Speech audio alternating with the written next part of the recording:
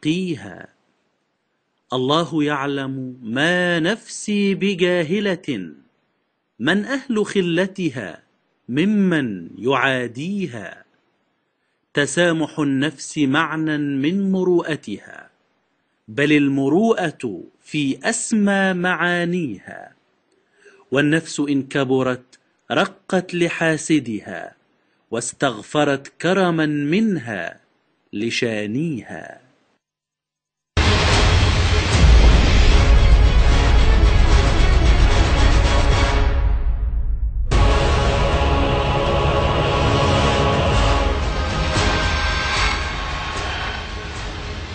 عنوان حلقتنا: اعتذارنا علني لمن جرحتهم كلماتنا. إذا اتفق كل الناس أو أغلب الناس على رأي، وانفردت أنت بينهم برأي مختلف، فمن المؤكد أنك مخطئ وهم على حق. واليوم أعترف بأخطائي وأعدكم بالتصحيح. حرصت من اليوم الأول لبرنامجي على استخدام أقوى وأقصى الكلمات في نقدي لمن أعتقد شخصيا ومن وجهة نظري أنهم أخطأوا في عملهم عن عمد بين أهل الإعلام والإدارة والحكام. استخدمت دائما كلمات فصيحة من اللغة العربية، مع الميل أحيانا إلى بعض الأمثال الشعبية الساخرة التي تدعم المواقف. وكلمة القذر التي أزعجت الكثيرين هي من صميم اللغة العربية، ولا ألقيها أبدا على شخص بعينه مهما كانت جريمته، ولكنني أستخدمها لاتهام مجموعة أو فئة محدودة من أصل مجتمع كبير مثل الإعلام القذر الذي لن أستخدمه مجددا. وهي طائفة تشوه الصورة الرائعة للإعلام المصري المحترم. وذكرت في كل حلقاتي نماذج كثيرة لإعلاميين محترمين سواء في الرياضة أو خارجها، مما يشير إلى أنني لا أتهم الكل كما اعتقد البعض ولا أعمم مطلقا. واستخدمت ألفاظا أخرى مثل الفاجر والفجور، وكلها أيضا من صميم اللغة العربية الفصحى، واستخدمت قديما وحديثا في الشعر العربي، وتكرارها واجب لدعم لغتنا الجميلة. ولكنني ومع تمسكي الدائم باستخدام اللغة العربية الفصحى ومفرداتها، إلا أنني أرضخ وأعلنها بصوت عالي أنني أرضخ للرأي العام الواسع ولنصائح الأصدقاء وغير الأصدقاء في الابتعاد قليلا عن تلك الكلمات القاسية في النقد مثل كلمة القذر والفجور. وبالفعل بدأت عملية التصحيح منذ مساء الأحد الماضي، ومن تابعونا على مدار الأيام الثلاثة الأخيرة والتي شهدت أكبر فضيحة تحكيمية من الدولي ياسر عبد الرؤوف في المحلة، ثم الفضيحة التالية بتعيينه رغم أنف الجميع حكما لمباراة الغد بين الجونة والمصري في الغردقة وليس في بورسعيد كما ذكرت بالخطأ في حلقة الأمس. رغم تلك الفضيحتين إلا أنني انتقيت كلماتي بكل عناية ودقة، مبتعدا تماما عن الكلمات القاسية التي اعتدت استخدامها من قبل. الكل مجمعون، لا سيما المقربون جدا، على قسوة كلماتي وألفاظي، ولا مجال للعناد.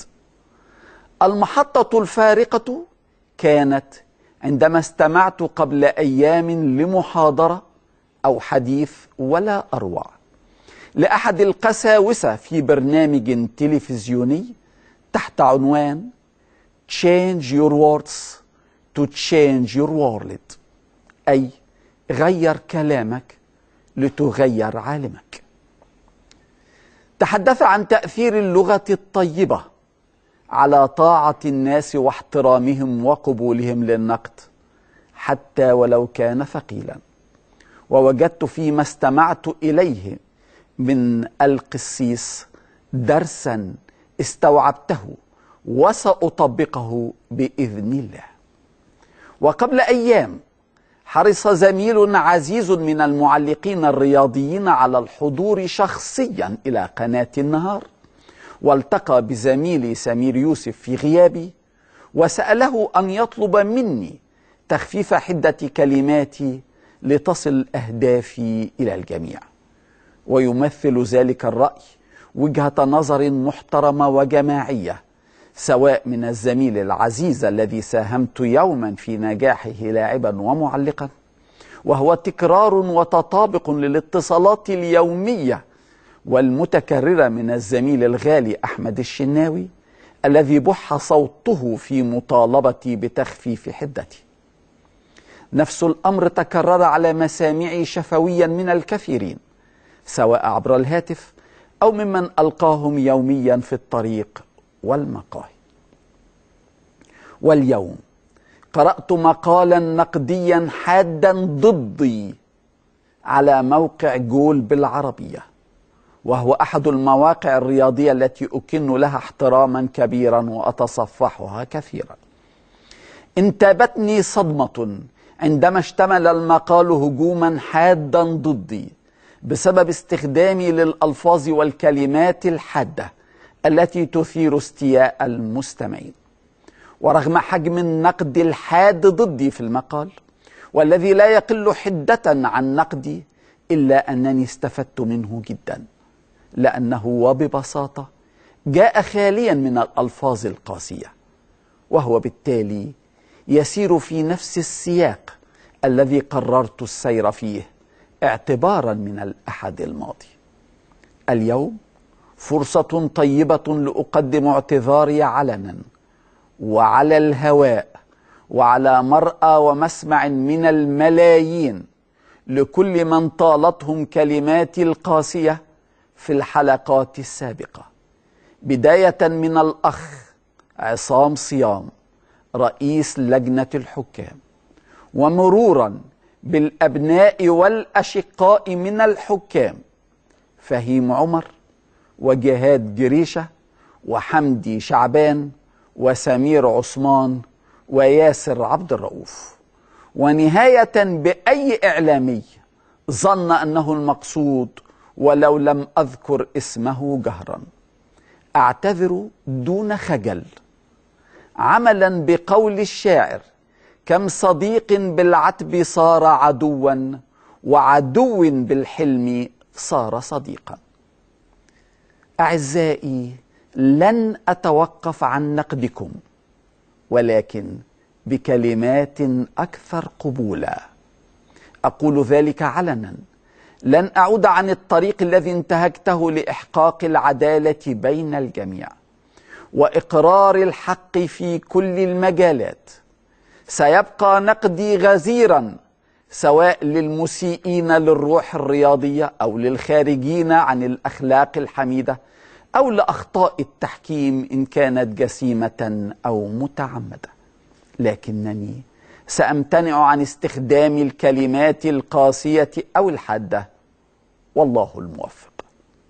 وبمناسبة التحكيم وأخطائه المنتشرة هنا وهناك والنقد القاسي له هنا وهناك، أقدم لكم اللقطة التالية وأكررها مرتين أخريين، وأترككم للحظات لتفكروا فيها، ثم أفسرها لكم لعلنا نتعظ جميعا، وأنا أول المتعظين. نشاهد. Bunları bir okusan tabelalarını. Ya var da mesela şimdi hani taraftarın Trabzonspor. Ne oldu hocam? İyi misin hocam? Biraz Bir ara verelim. Peki bir bandımız var o zaman. Bir ara verelim. Arkadaşlar. Hayırdır? Dur ne oluyor? Bir ara verelim, kapatın. Tamam şeyi verin abi. Siz bir band girin. Trabzon bandını girin arkadaşlar. Trabzon bandını girin. Sen bunları bir okusan tabelalarını. Ya var da mesela şimdi hani taraftarın Trabzonspor. Ne oldu hocam? İyi misin hocam? Biraz Bir ara verelim. Peki bir bandımız Bir var o zaman. Bir ara verelim. Aa, Arkadaşlar. hayırdır? Dur ne oluyor? Bir ara verelim, kapatın. Tamam şeyi verin abi. Arkadaşlar, Siz bir bir bakın ya. girin Trabzon ya. bandını girin arkadaşlar. Trabzon bandını girin. Sen bunları bir okusan tabelalarını. Ya var da mesela